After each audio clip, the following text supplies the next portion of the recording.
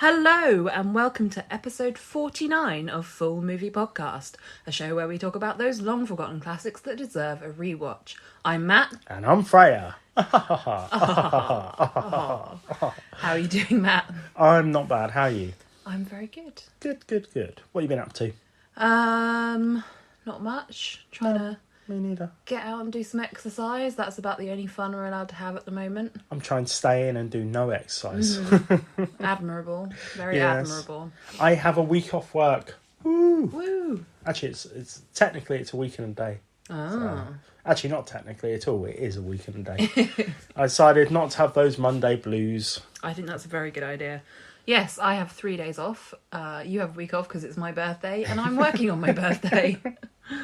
Yeah, that's a weird one, but it's fine. Admirable. Thank you. Yes, it's just so I can try and get presents from my colleagues. Excellent. We'll Do any see. of your colleagues listen to this show? I hope not. We'll find out. If you do, then hint, hint. No, well, I thought, I like my colleagues, and I thought it would be nice to see them on my birthday, as I can't see anyone else apart from you.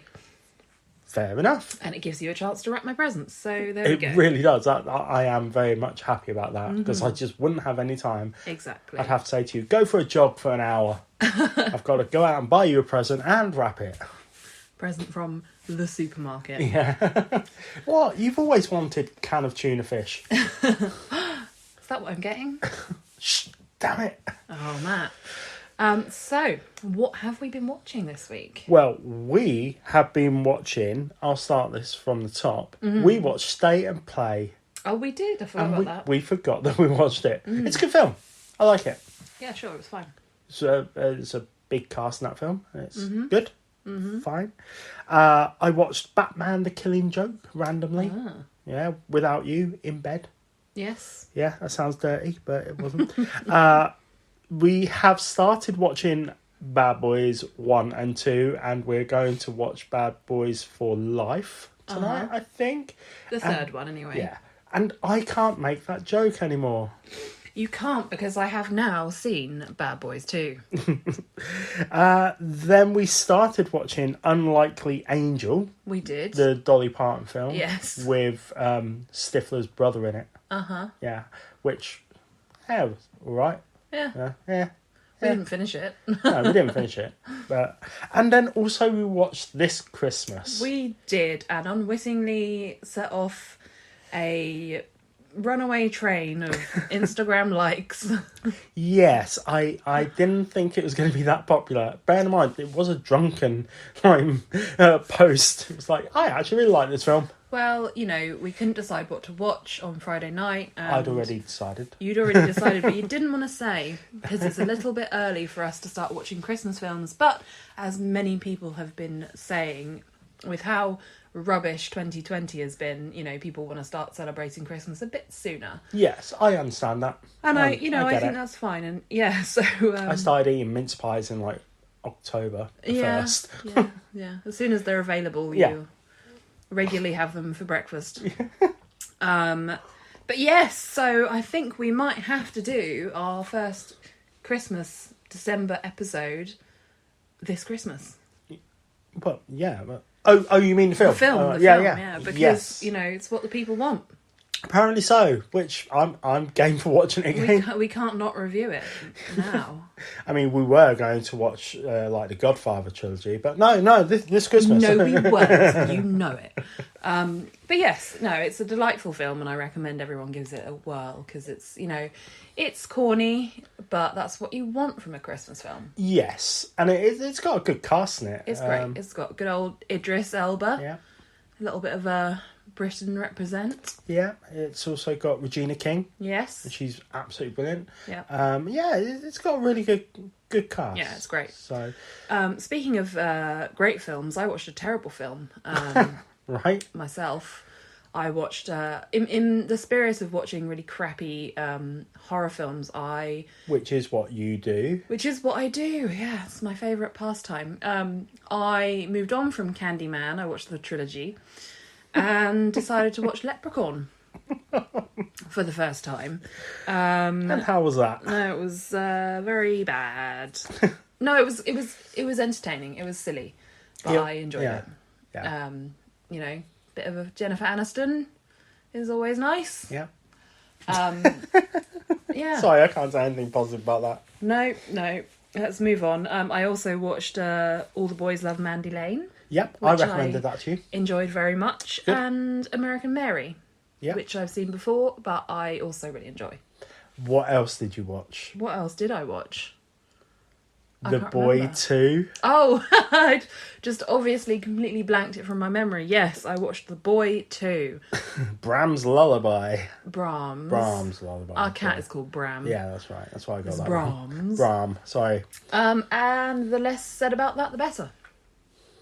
Okay. Yeah, it's very, it's just a bit of a mess of a film, in my opinion. So, yeah. Well, speaking of messes of films, what shall we talk about now? I know what we'll talk about. We'll do the film that we're planning to do anyway. Okay. And we are planning on doing a sci-fi action body swap film. Sure. If that's a genre. Is now. We are doing 1997's Face Off.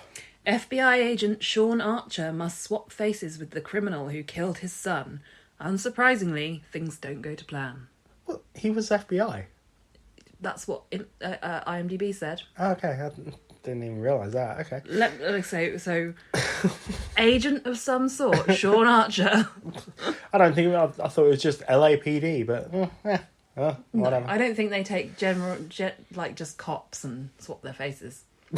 Anyway, come on, director, all that. Directed by the legendary John Woo, who I love John Woo. I have done. I admit he's one of those directors who has fallen off my radar in the last 10, 20 years. Sure. So, but he directed the mega amazing, awesome The Killer in 1989. Bullet in the Head in 1990. The fantastic cult favourite Hard Boiled. I adore Hard Boiled. He did Jean-Claude Van Damme, not literally, in Hard Target. I know, I threw myself there then. He did... No, I'm going to stop saying he did. He directed Broken Arrow with John Travolta and Christian Slater, which is a good film, actually. I quite like that.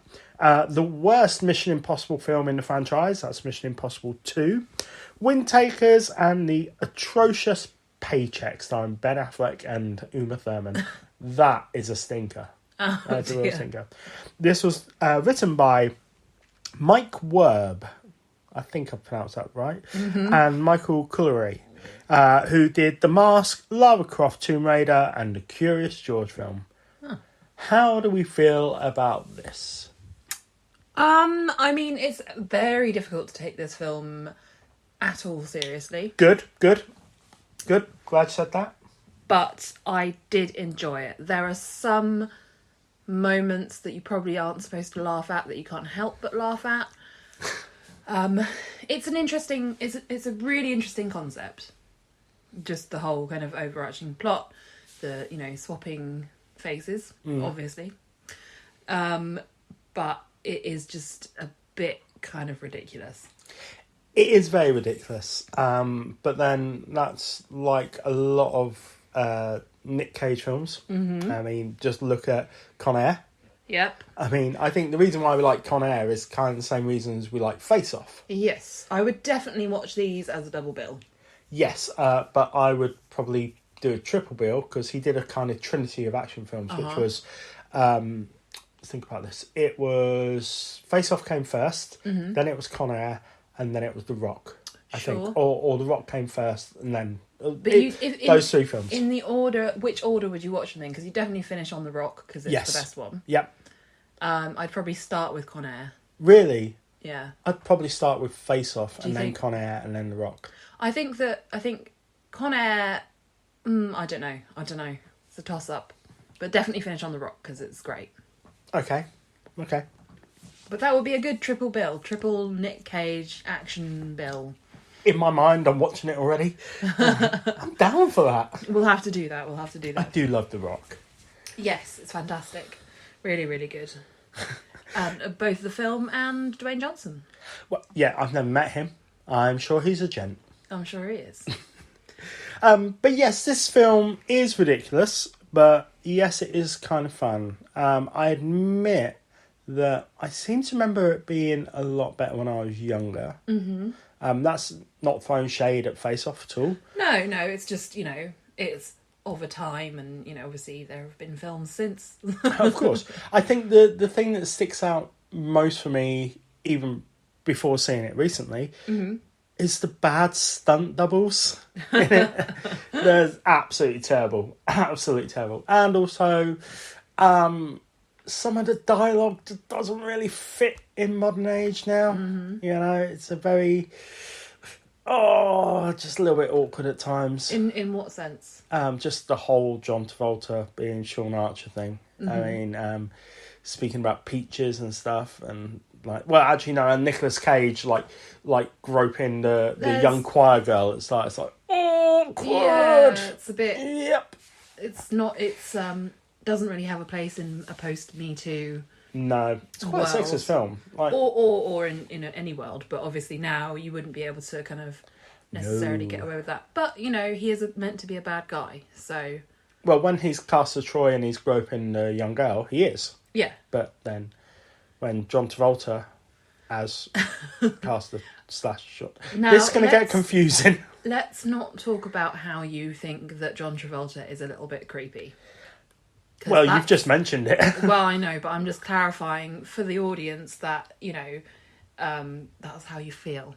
Yeah, he kind of creeps me out a bit. He's weird. I mean, we've seen how he treats Scarlett Johansson on the red carpet. There's the famous image of him creeping up on her, but, it's just a picture. And then there's also the Frozen singer girl. Yes. I can't remember her name.